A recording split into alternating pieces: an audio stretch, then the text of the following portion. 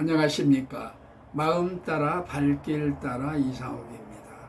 오늘은 성경 중간사 11번째 시간으로 지난 시간에 이어 헤롯 왕조의 마지막 왕 아그리파 2세까지 말씀드리겠습니다.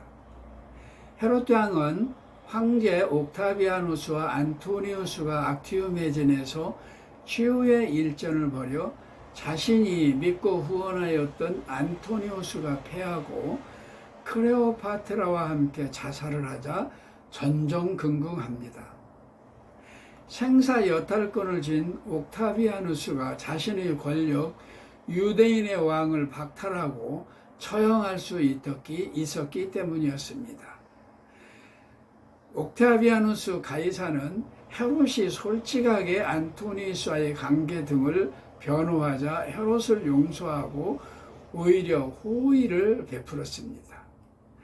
가이사는 그 자리에서 헤롯에게 왕관을 되돌려주고 안토니우스에게 충성했던 것처럼 자신에게도 충성하라 격려하고 칭찬까지 하였습니다.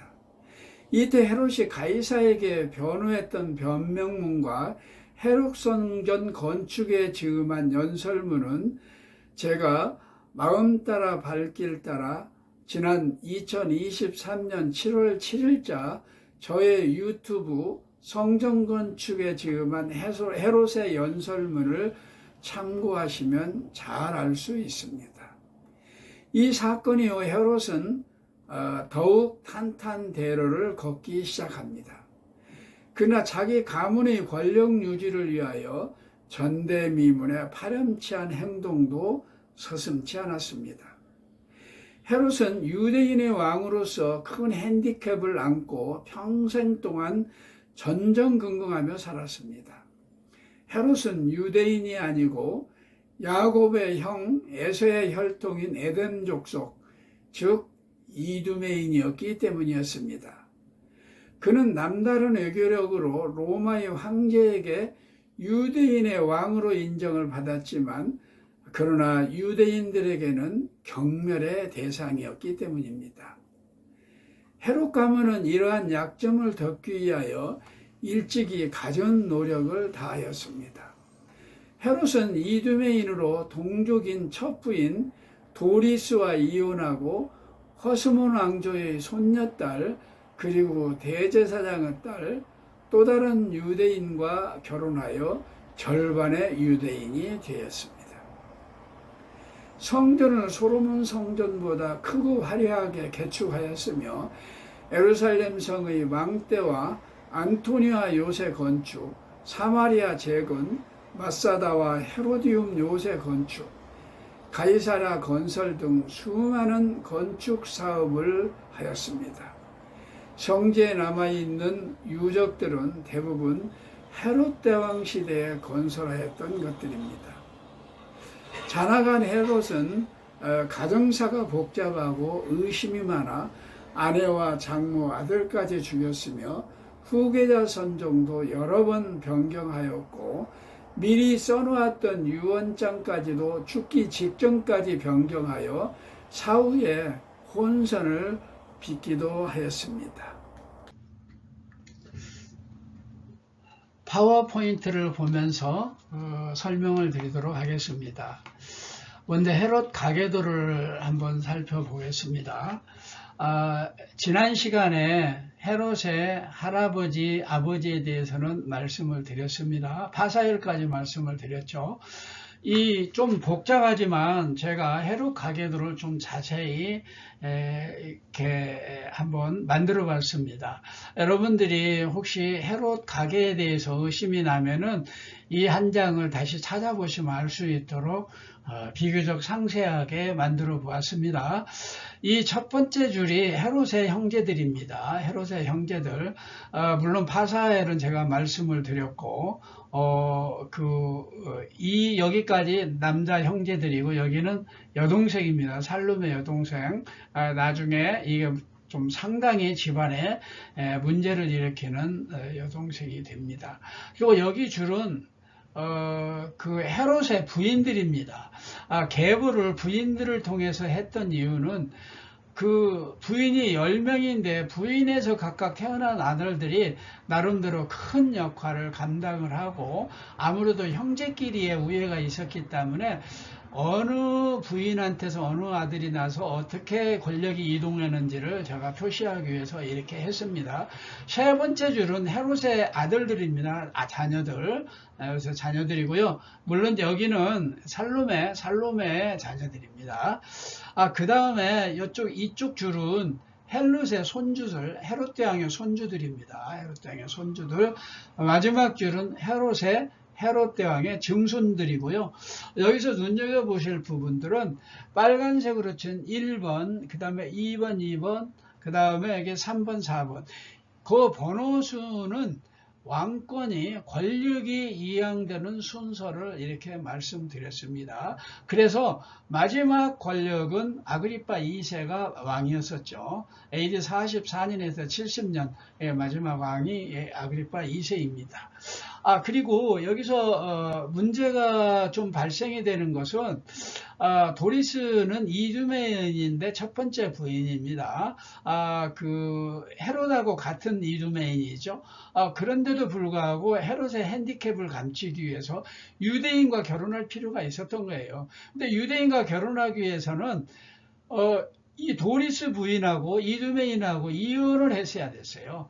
근데 장남이 안티파테가 태어난 지 한 3년이 됐었는데 이혼을 했고 마리암네 1세와 결혼을 합니다. 마리암네 2세는 마리암네 1세가 처형을 당한 다음에 다시 유대인과 결혼하기 위해서 여기와 결혼하게 되는데 이 가계를 잠깐 한번 보면 이렇습니다. 호스몬 왕조 여기 마리암네 1세 첫 번째가 그 첫 번째 부인이 죽고 나서 마리암네 1세와 결혼을 하죠. 마리암네 1세는 요한 힐카누스 2세의 손녀딸입니다. 손녀딸인데 요한 힐카누스는 안티파테 헤롯의 아버지가 요한 힐카누스의 비서실장 격인 그 로마의 카이사르한테 유대 행정장관으로 임명을 받은 사람이에요. 그래서 헤롯의 권력이 안티파타 2세를 통해서 이렇게 이어온 것이라고 볼 수가 있는 것이죠.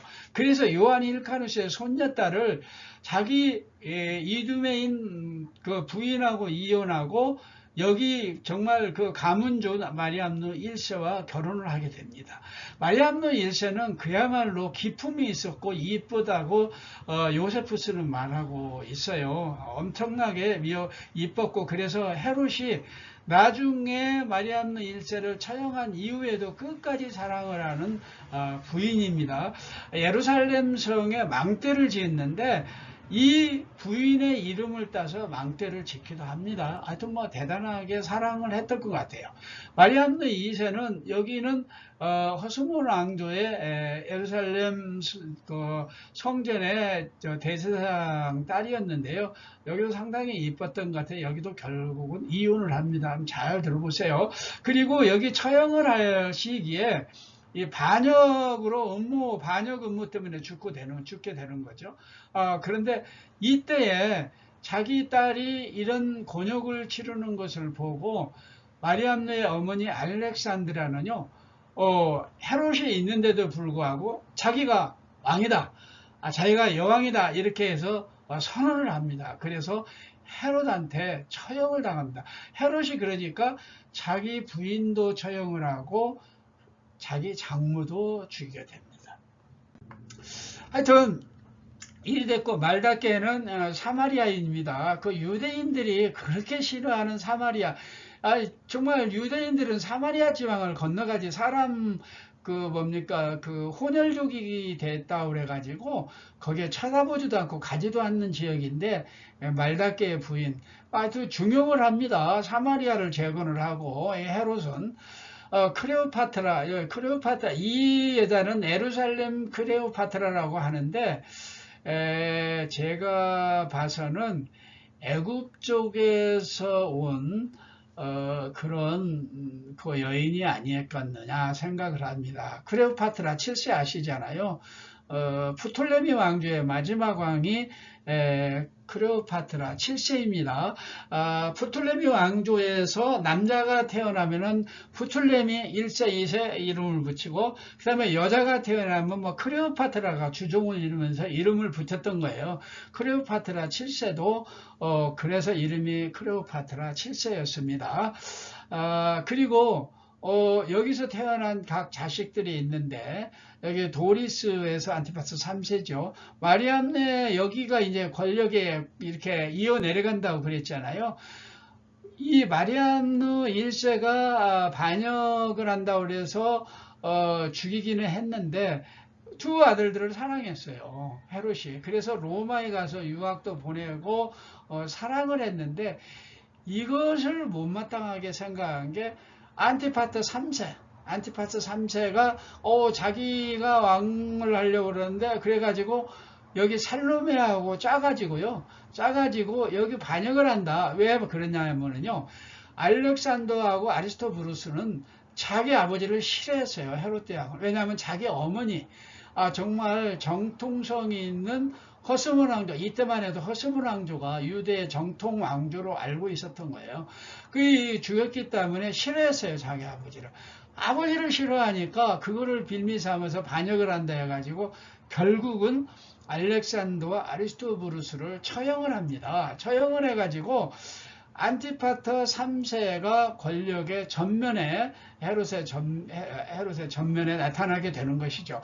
헤롯은 당초에 권력 구도를 안티파트, 이거 죽기 전에 안티파트 3세, 알렉산더, 아리스토브루스 이런 식으로 권력을 잡으려고 그랬어요.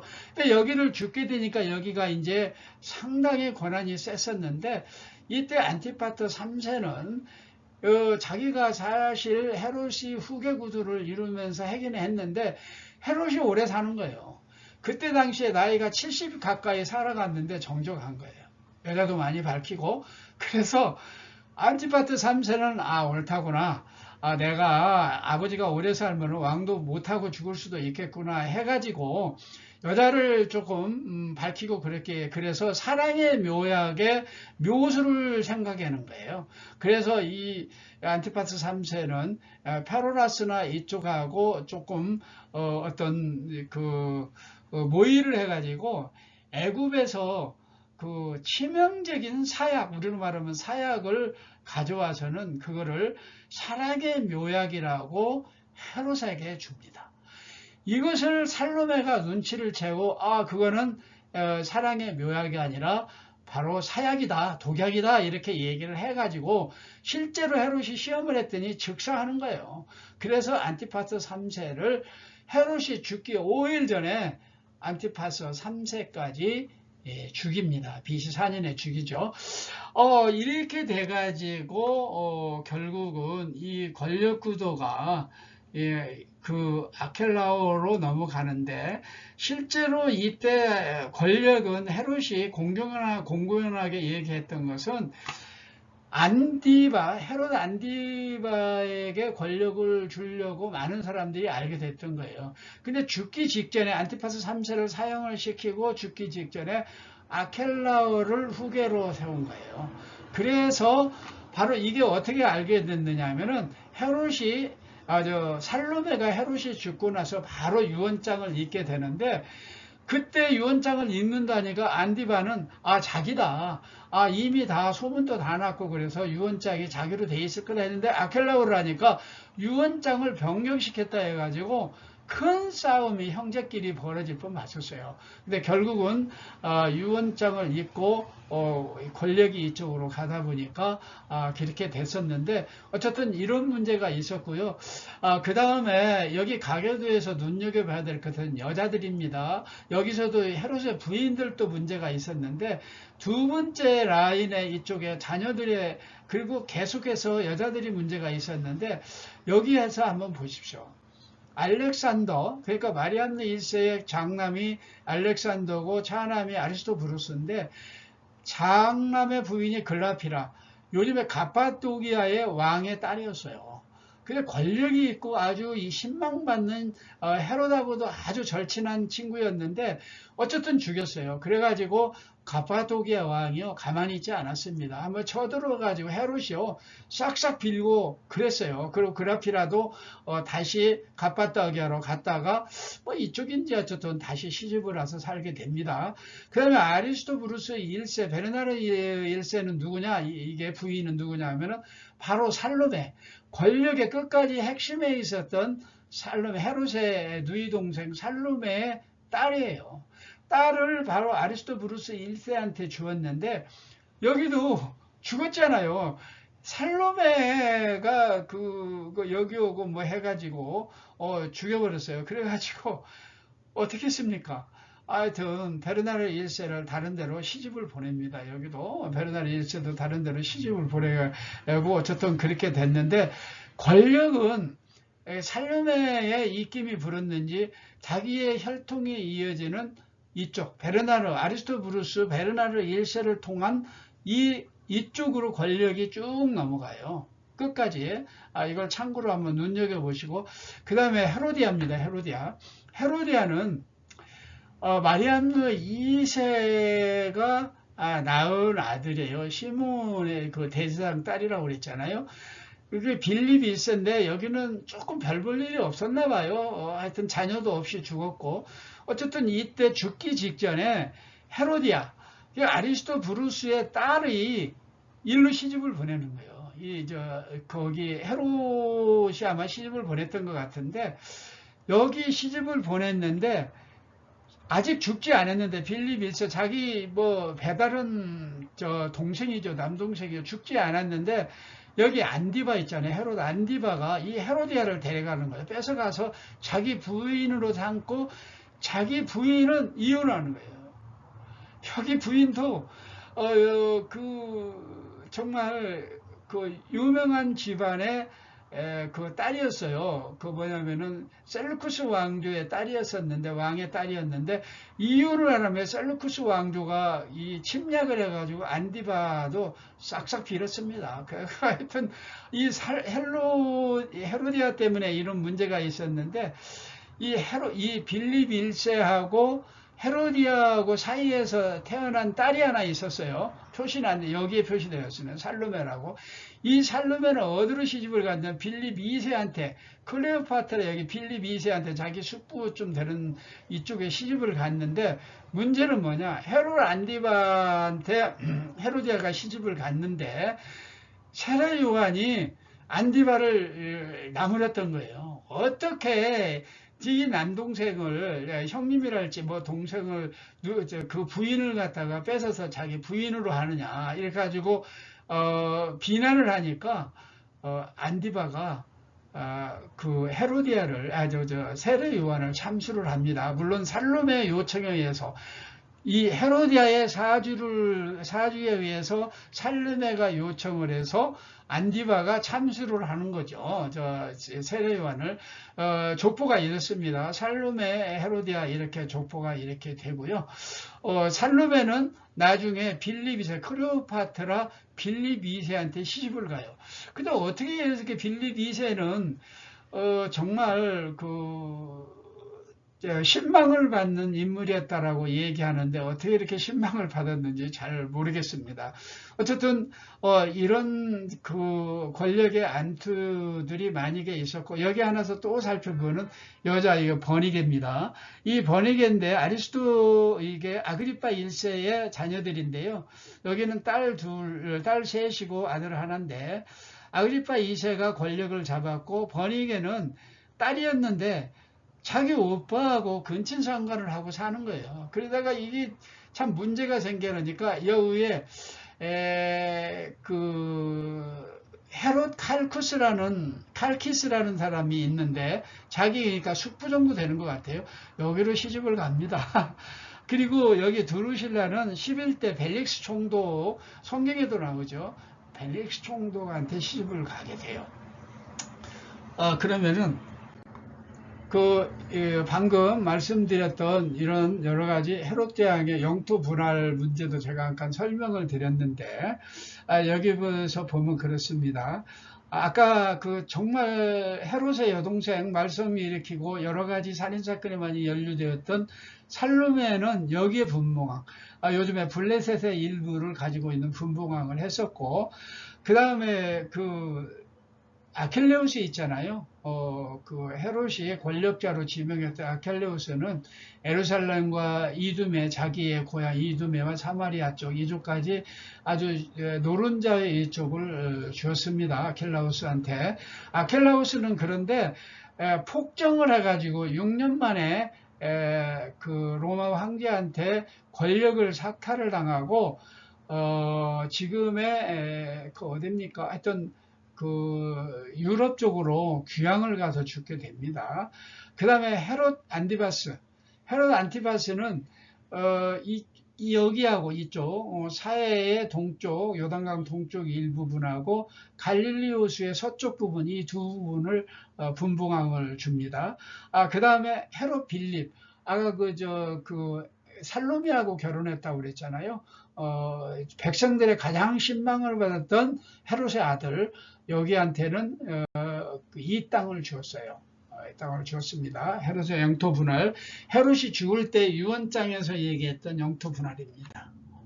그 다음에 헤롯이 가이사라 유적지를 이렇게 개발을 했는데 처음에는 조그마한 어떤 그 항구였던 것 같아요. 근데 헤롯이 가이사 이렇게 하면은 그 황제를 얘기하죠. 하여튼 가이사라를 기념하기 위한 유적지를 이렇게 크게 만들었는데 지금도 이렇게 남아 있어요. 헤롯이 만든 유적지가. 여기에는 그 로마의 총독 관저가 있었고 헤롯의 궁전도 있었고 또 전차 경기장, 원형 경기장 각종 시설물이 지금도 남아 있습니다. 공연도 합니다. 여기서 원형 경기장에서는 공연도 하는 아주 대단한 유적지를 만들었습니다. 그 다음에 여기 마사다 요새인데요. 여기는 헤롯이 그때 반란이 엄청 일어났어요. 헤롯이 일어났었는데 어쨌든 장기간 한 몇 년 동안도 여기서 외부의 공급 없이 살아갈 수 있는 여러 가지 뭐 포도주까지 뭐 곡식까지 여기다가 전부 저장을 해놨다라는 거예요. 궁전도 이렇게 시원한 북쪽에다가 이렇게 지어놓고 위에 이제 이렇게 뭐 여러 가지 시설물도 많이 해놨는데 여기는 로마 군인들도 몇 년 동안을 올라가지를 점령을 못했잖아요. 유대 전쟁 때 그랬던 요새를 만드는데 실제 헤롯이 자기 권력 중에 예군이 침입을 해가지고 여기로 피난을 왔다가 로마로 들어가서 다리 예루살렘을 수복하는 그런 디딤돌이 되었던 것입니다. 마사다 요새 지난번에 제가 말씀을 드렸죠. 그 다음에 헤롯 대왕이 무너진 그러니까 여호수아 때 여기를 7번 돌고 소리 질렀을 때 여리고성이 무너졌다고 우리 뭐 전설처럼 성경에 나와 있는 얘기를 알고 있잖아요.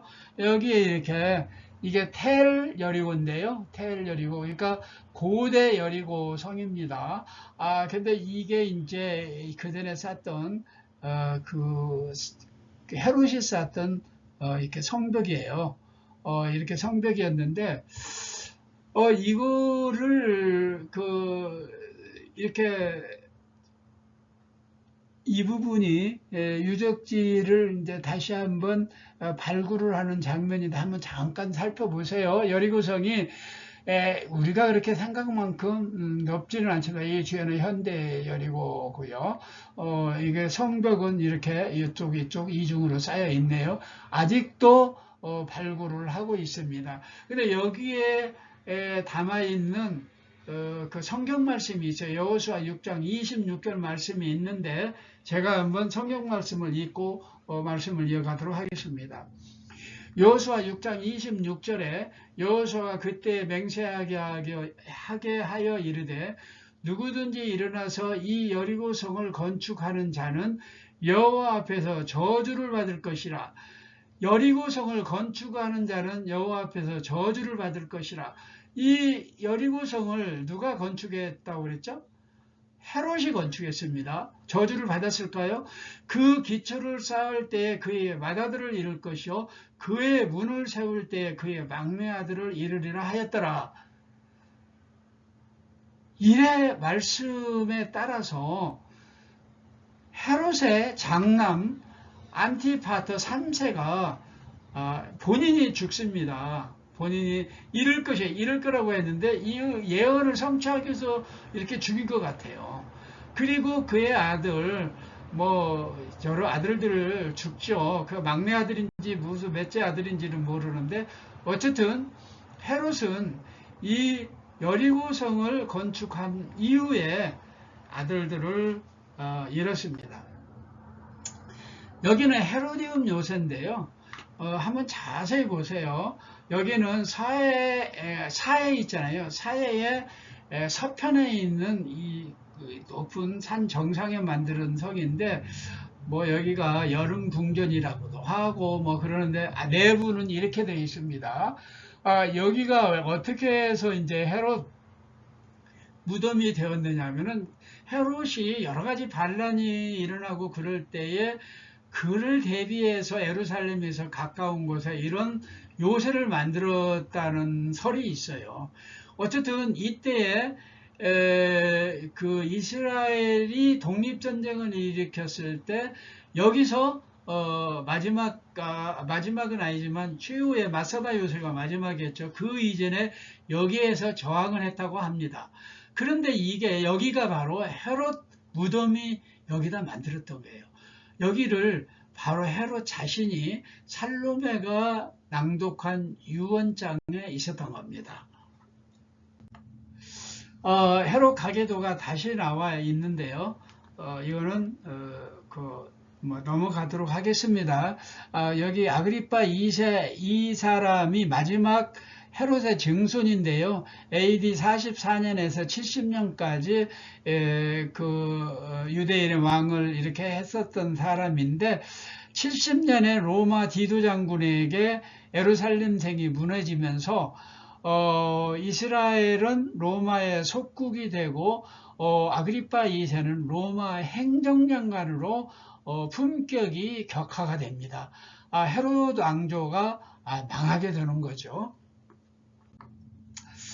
다음에는 중요한 부분을 하나 여러분한테 말씀드리려고 합니다. 지금까지 내가 여러 가지 자료를 만든 거를 좀 참고해 주시면 좋겠어요. 나름대로 제가 심혈을 기울여서 만들었던 건데 한번 여러분들이 표를 잘 한번 보시면서 참고해 주시면은 나중에 성경 공부하는 데나 헤롯 왕조를 이해하는 데 많은 도움이 될 줄로 믿습니다.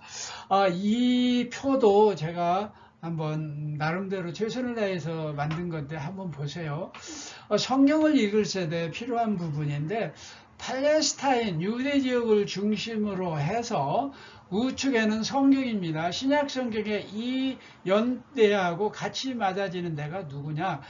우측에는 그때 팔레스타인 지역을 점령했던 로마 황제를 표기를 했습니다. 여기 보면은 헤롯 대왕은 BC 4년에 죽었죠. BC 37년에서 BC 4년까지 유대 전 지역을 통치하다 죽었는데 이 무렵이 조금 후에 예수 그리스도의 탄생과 공생의 사역이 진행된다고 얘기를 했습니다. 이렇게 돼 있고 조금 더 지나가면서 유대 사마리아 갈릴리 베리아 갈릴리 동편 이렇게 해가지고 헤롯이 죽으면서 분봉왕을 세우죠.